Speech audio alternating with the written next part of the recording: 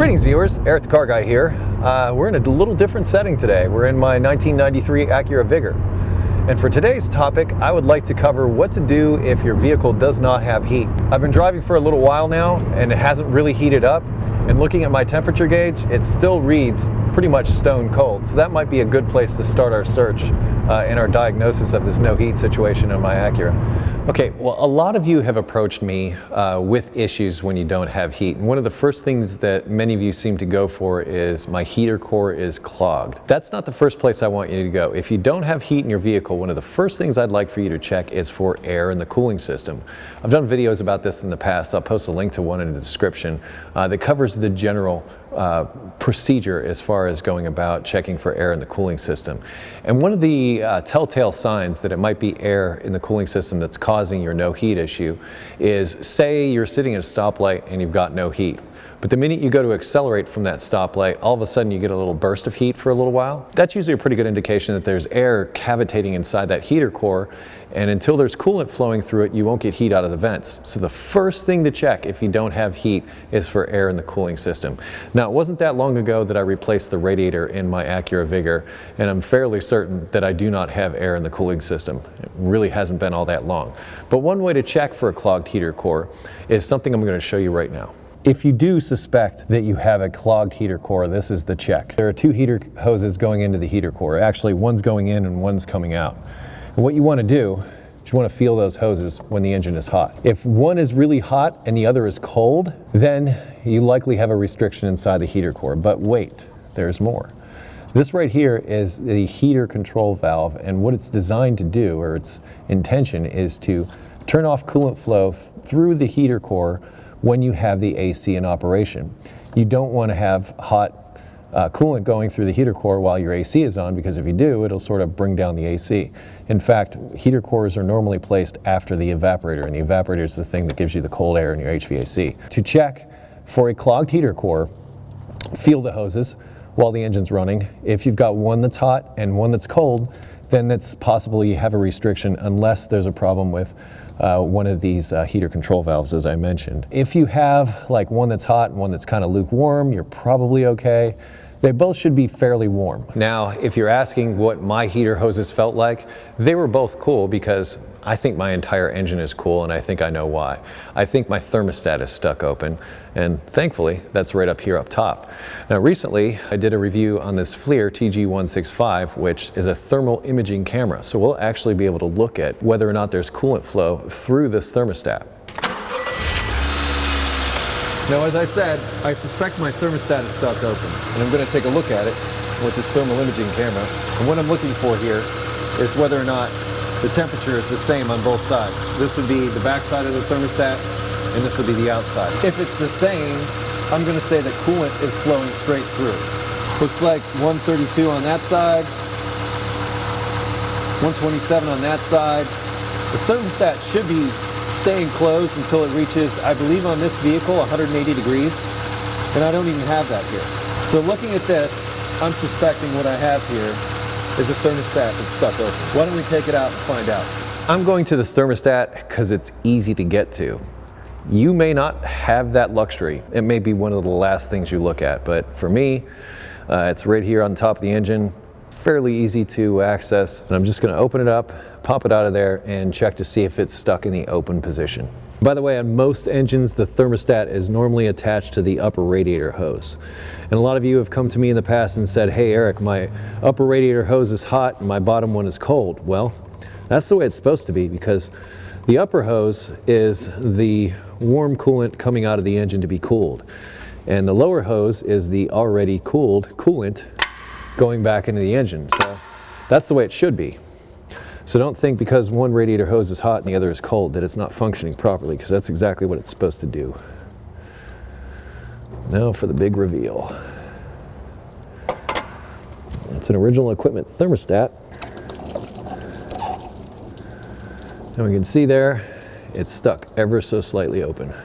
This is what I'm looking at right here. This gap, I took the gasket off. And that gap, I believe, is the reason why I don't have heat, because coolant's just flowing straight through there. It's not holding it back until it reaches that specified temperature. I have an Acura part here There's the part number for it. Personally, I prefer original equipment thermostats over aftermarket thermostats, although aftermarket thermostats will work.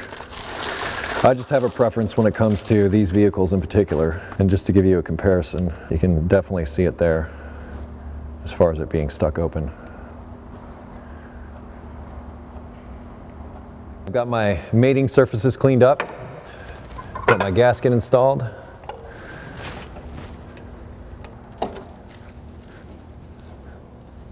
Job done.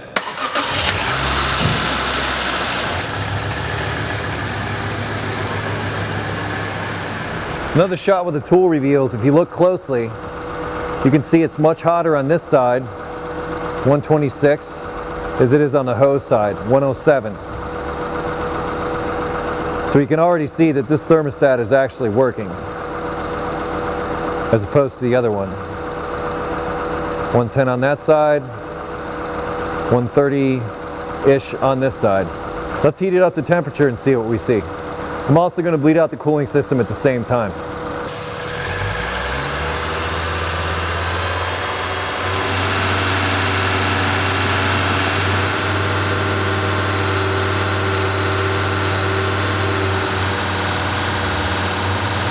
There it goes.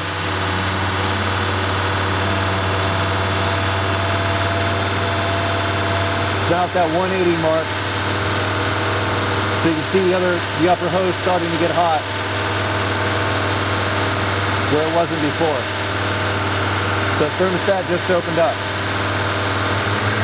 So that lower hose is at 130, 140.